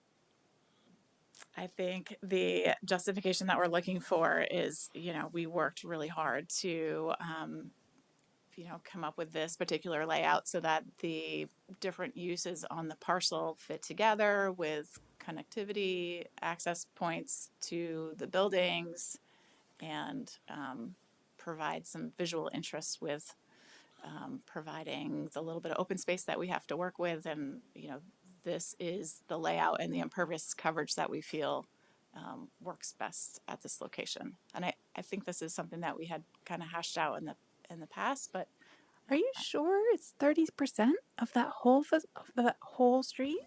I think that it is. It's only parking and driveways. It's not total coverage. Maybe it's not just the parking and, yeah, I can double check. Just because eyeballing it, there's no parking in the setback because you have the setback line shown there. Right. It doesn't seem possible that 30% is. Maybe it is. I thought you said 30. Did you say 36%? Yeah, just slightly over. It just doesn't seem possible. Yeah, Yeah, the that's what I hardscape was- doesn't count. So maybe the hardscape is included in that. Okay. Could you check Yes, that I in? will double Okay, check. great. Double check. Because the Perfect, thanks. sidewalk, I mean, what you're getting at is like the sidewalks and things when it Sidewalks counts. and the retaining walls don't count. Okay, Yeah. so yeah. Yeah, we'll double check. Okay. Triple check. Okay, thank you. Number 4, this is about widening the walkways to meet the 8-foot width standard. Yes. I can speak to that one as well. I think this is something we had talked about previously, and I think in this area, I was really hoping that we could keep the sidewalk out to Swift Street at this width that we're proposing, just because there's a stormwater treatment feature there, and on the site with it being so tight and so much impervious area that we're really trying to hang on to the little bit of area that we have for stormwater treatment. It actually is a nice, kind of doubles as a nice landscape green space area as well. And those dots are the seagull sculptures that we came up with last time that replaced the pergola. So there is sort of an overall concept of trying to really highlight the little bit of green space that we have here and find areas that we can treat stormwater. It's pretty tight. I'm kind of with the applicant on this one. I mean, that's just going out to Swift Street, right? What you're talking about. I see that as a pretty light usage. area. Hardly a need for a thoroughfare. There's nothing, I mean, there's very little to the left or right. If you want to go to North Country Bank, that would be the only reason you'd go out and turn right. I would disagree, Frank. I think that this is proposed for 27 homes, and there's a rec path along Swift Street, and there's major connectivity north along Farrell Street and through Farrell Park for bike and ped connectivity to other parts of the city. I'm sorry, I walk around there all the time. It's very lightly used. There's hardly, you know, when I'm a pedestrian there, I'm usually the only pedestrian, and I'm there frequently. I guess I was thinking about the people who live in this building wanting to go up to Farrell Park or walk to the Shaws. I don't think that burdens it materially. I don't know why they need 8 feet of width. And the argument that it's aesthetically, at least, a little nicer at 4 feet, I kind of agree with. Other people? So this comment's not just about Swift Street. This comment's also about Shelburne Rd. Yes. Yeah, I could. Yeah, and I mean, for me, the same comment applies. I mean, the site is very much pavement and concrete and buildings, and any little bit of, green belt that we can get, I'd love to find a way to keep. I don't think we're gonna, put up a huge fight about a couple feet, but I think we're really, have such precious little open space and green space to deal with that we'd like to keep the little bit that we have. But Marla, could you speak to, this is a dimensional standard potential, could you speak to kind of the, Yeah, isn't there so- some language about, oh, sorry, it's right Yeah, in front so of me. that's what I wanted to bring up. Yeah.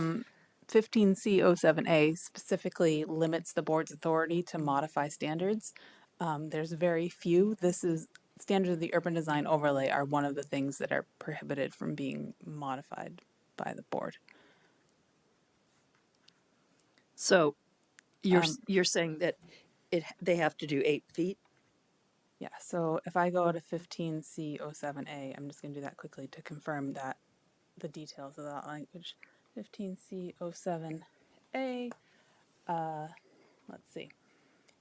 The Development Review Board has the authority to approve with modifications.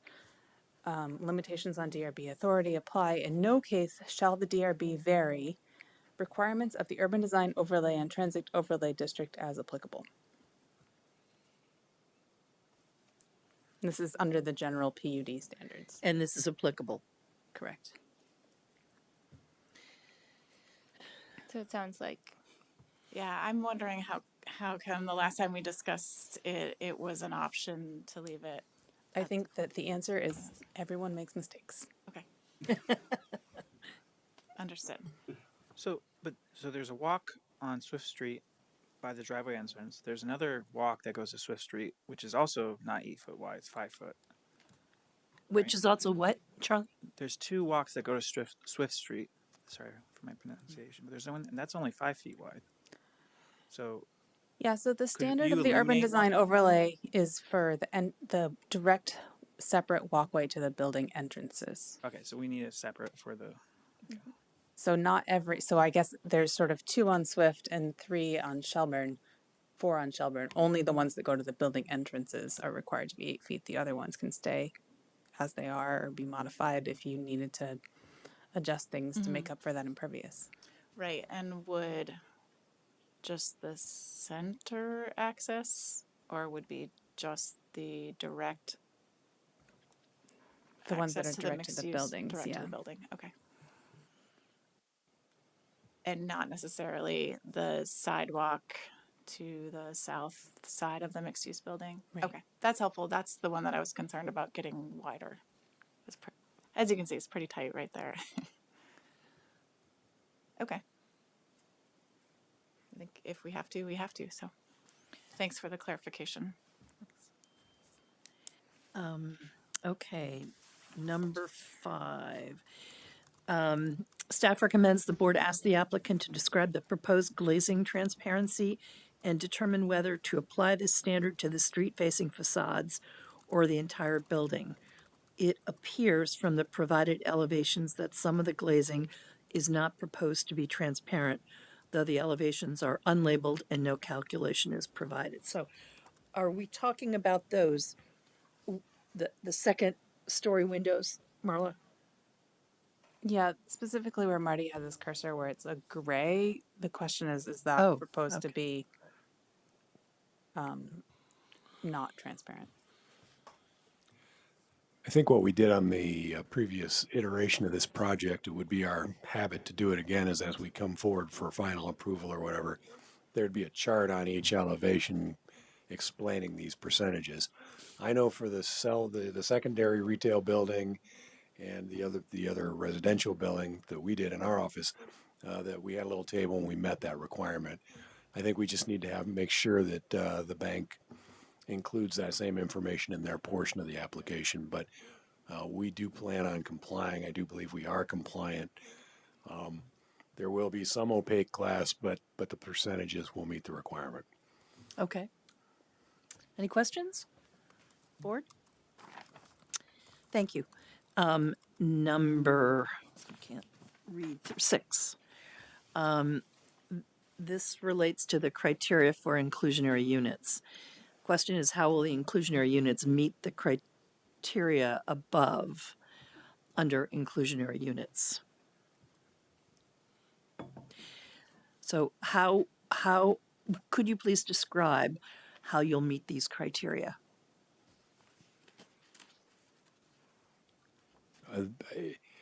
If I understand item 6, it's how our inclusionary units integrated into the project. It's not a question of how many, right? So what we have done by design is that the inclusionary units there are 2-bedroom units in the residential building. There are 2-bedroom, 2-bath units. Those are our market rate units. The inclusionary units are 2-bedroom, 1-bath. They run about 100 square feet smaller than the other ones. And that gives us the leverage point we need to reduce the rents. To what? To bring the rents within the compliant range. Does that meet the criteria? So sorry, can the inclusionary units, are they all 2 bedrooms? Did you say? Well, right now in the 27-unit building, they're all 2-bedroom units. In that But building. 1 bathroom for the inclusionary. That's the primary difference between an inclusionary and a market rate unit is the inclusionary unit is got 1 fewer bathroom and it's 100 square feet smaller. Okay, so just kind of running through the list. Even though they're smaller than the market rate, they'll be above the minimum size that's required. Absolutely. And that's outlined in the LDRs. And then the other piece is that they're a mixture of bedroom counts.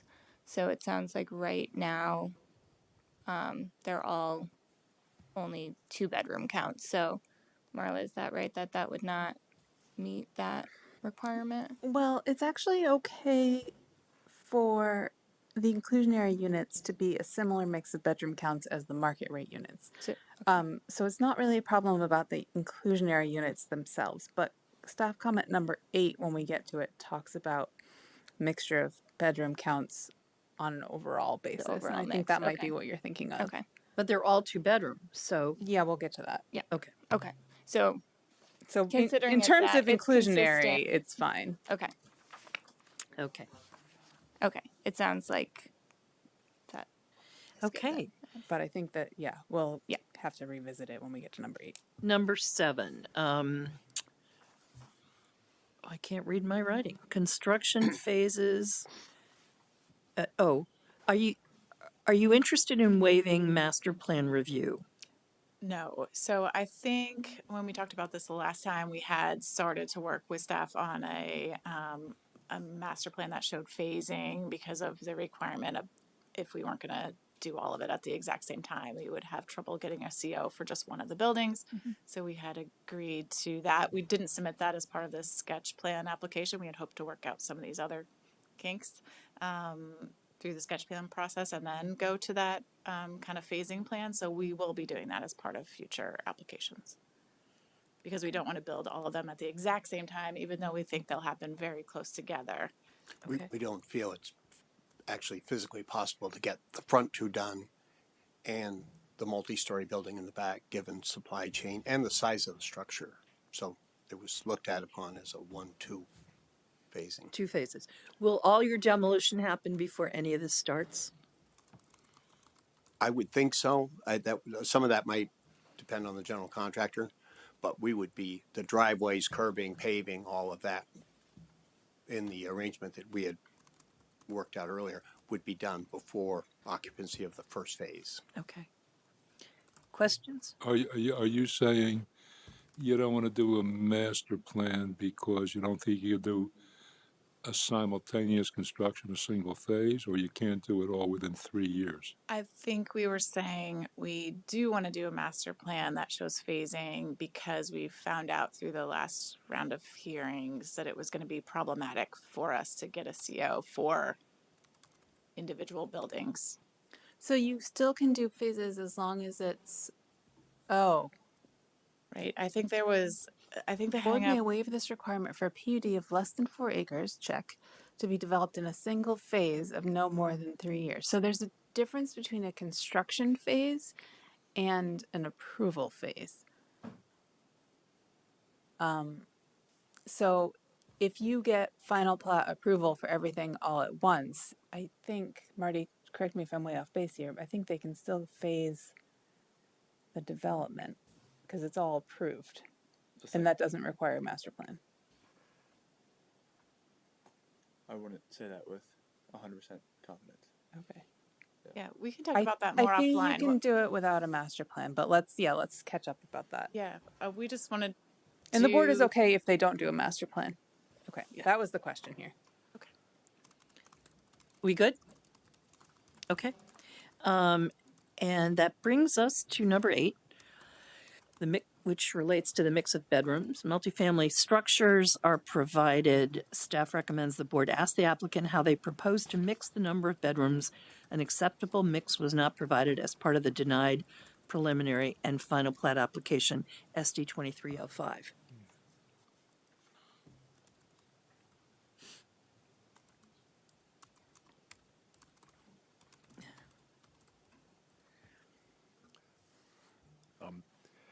We were a little confused about how that provision of the regs applies to a single building. But let me say this from the outset that the residential building, the 27-unit building, we use a kind of modular design that would allow us to take a pair of 2 bedrooms and turn it into a 1-bedroom and a 3-bedroom. But I don't have any guidance from the reference ordinance about what an acceptable mix would be, or even if it's required in this particular instance. I need a little more guidance on that. Okay. If we work out a deal where we somehow have to change the mix of the units, the size and shape of the building would not change. The site design would not change. This would be kind of an The footprint would stay the same. It would be an internal organization thing, sort of moving the door down the hallway 12 feet kind of thing. So, however that gets untangled, the design as is presented would stay the same. So I think that the question Greg is asking for the board here is what is an acceptable mix? So this is something I think the board, I don't know if board members recall this conversation. It sort of was missed or it was subsumed into another comment at the last time this project came before the board, and the board kind of said, oh darn, we missed it, we don't want to backtrack on what we said before, but we wish we had caught it.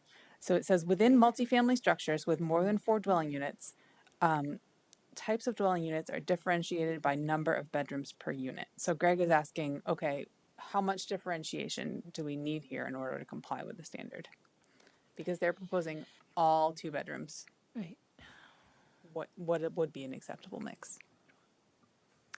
I mean, I think if 2-bedroom seems to be the preferred from, the market or what folks want, I assume that's why it's being presented as that now.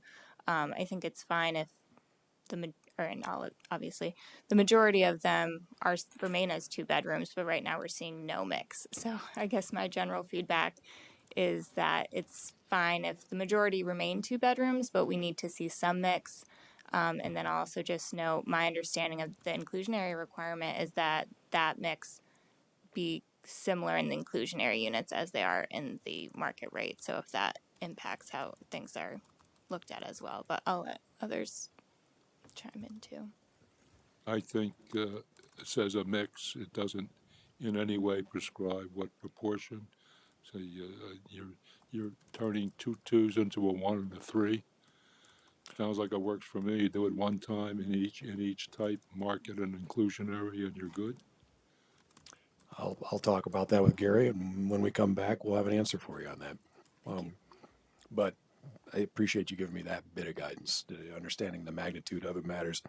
I think there's some broad market demand for 1 bedrooms as well. What landowners, apartment owners worry about is the 3-bedroom units. The bigger the units, the more likelihood you'll get a lot of unrelated adults living in one apartment, which is not necessarily desirable. So there's a preference to not build 3s, but if we'll work it out and come back with a reasonable proposal. Okay. Did you have any thoughts on that, Dawn? Well, I serve on the board of Habitat for Humanity, and I chair the Family Selection Committee. And we've had a lot of applicants, single household applicants, looking for ideally 1 bedroom, possibly 2 bedrooms. But we are reluctant to not fill all the bedrooms. In other words, we've been building 3-bedroom units, and many board members are opposed to picking a 1 household family or 1-person household for a 3-bedroom unit. So my point is, I think there's a lot of demand for 1-bedroom units. Yeah, I agree with that. Okay, thank you. So that brings us to the end of the comments, and let us now turn to see if there's any public comment. Yes, please identify yourself again. Thanks. I'll use the microphone. Sure. Hi, my name is Gary Winslet. I live at 11 Chelsea Circle, so right here off of Kennedy. There we go. Hi, my name is Gary Winslet. I live at 11 Chelsea Circle, right off of Kennedy Drive. I would like to talk to you about the Bourne project, but also the first project. And I don't think we can take comment now on the previous. Correct. Okay. okay, I'm mean, sorry. you're welcome- I thought I was being polite, waiting until all the way at Thank the you. end. You're welcome to come back the next time they're here, Okay. or you could submit written comments. Okay, sorry about that. Next time I'll make sure to Okay. not wait all the I way know. to the end. How would you have known?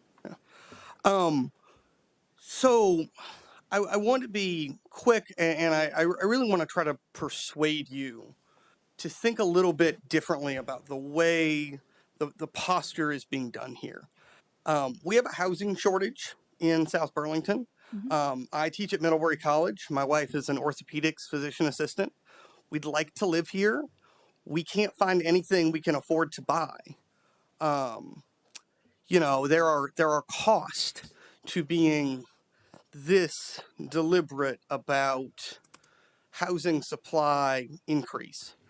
And I think it comes from a good place, but there are costs to that. As I said, my wife is in orthopedics as she's a physician assistant. If you're signing up, if you have a new orthopedic problem now and you call their office, you get your first appointment in June because they're short staffed. If we leave because we can't find an affordable place, that's that much longer. And it's not the only business, only establishment that can't find workers. And so what I would just ask you to do is to recognize that South Burlington is arguably the most development appropriate town in Vermont. It's where we have a lot of our businesses. Sort of a weird factoid that may interest only me is there are two working sets of escalators in Vermont, and both of them are in South Burlington. One is at the airport, the other is at Barnes and Noble. This is like the commercial epicenter of Chittenden County. This is where people want to live. And I think sometimes this board is prioritizing aesthetics and open space, as good as those are, perhaps a little too much. And I don't think that comes from a bad place, but so for like the Bourne project, you know, I'm hearing like, well, what's that solid wall there? I don't like the blank wall. It's a different color. There are no windows. I think it's pretty ugly. Have you thought about this? Have you thought about that? How are you going to mix the units? Well, it's like, well, what's there now is a blighted Pizza Hut. And instead of sort of making these guys go through this guessing game of like, guess what we want to hear? You figure it out, but you keep coming back to us, and then they're back to the sketch plan. Like that's a lot of houses. That's places for people to live that still aren't places for people to live. And so, you know, Mr. Bourne is trying to build housing in an area that's housing scarce. I think he should get a thank you and a medal. That's my view. I think that the developers that come before boards like this, I think should be treated slightly less skeptically. I think they're to housing what grocers are to food. And so I would just like to ask you not to make the perfect the enemy of the good. And, you know, earlier I think I heard Ms. Keene say for the second project, something along the lines of, well, twisting is appropriate in this case, which is great. I'm just here to ask you to maybe do a little more twisting on a little more projects, a little more quickly. And like open spaces, you know, I'm not the one slur. I don't hate all open space, but this is where we need housing. And so, you know, maybe it doesn't make sense to always prioritize open space to like people like us who just want to buy a house. Like we're middle class people who want to live in a neighborhood. And I think sometimes the way that this board is doing things is slowing down housing supply growth. So that's just what I came here to say. And thank you for your time. If I may respond to that, you're not the first person we've heard this from. There's a lot of news coverage nationally about the effect of regulations on limiting housing development. And we hear from people who want more open space and want to preserve open space. We hear from people who want to be able to afford to live in South Burlington. It's really about balance. And we do not develop the land regulations. They are done by the Planning Commission, and our job is to be quasi-judicial in looking at how projects and adjudicating the land development regulations. So we understand fully what you're saying, but it's not just us who develops the regulations. And I think Act 47 is a good example on a statewide basis of an attempt to allow more density and development where it previously wasn't allowed. And I think probably in the future you're going to see changes made at the local level. But at this point, it's our job to adjudicate the existing land development regulations. And just because the project as submitted is much better than what's there, anything would be better than what's there, but because it's better doesn't mean that it meets the land development regulations. So I appreciate your comments. I understand them. Please understand our position too. Okay. Our role. Thank you for your time. Thank you and good luck. Any other public comments? Nope. Hearing none, I think we can conclude this and we will see you back here. Do you have any final questions for us? I don't. Okay. That was helpful. Thank you. Thank you. Okay, board, I don't think we have minutes. And is there any other business? I will send you a note no later than Thursday morning about whether there will be a meeting on December 21st. Okay, Thank you. Or 20, whatever it is. The second 19th. December meeting. I will send you a note no later than Thursday morning about whether there will be a second December meeting. And if we don't have a second December meeting, I hope everyone, in whatever way you celebrate the winter holidays, has great holidays and safe holidays. So I guess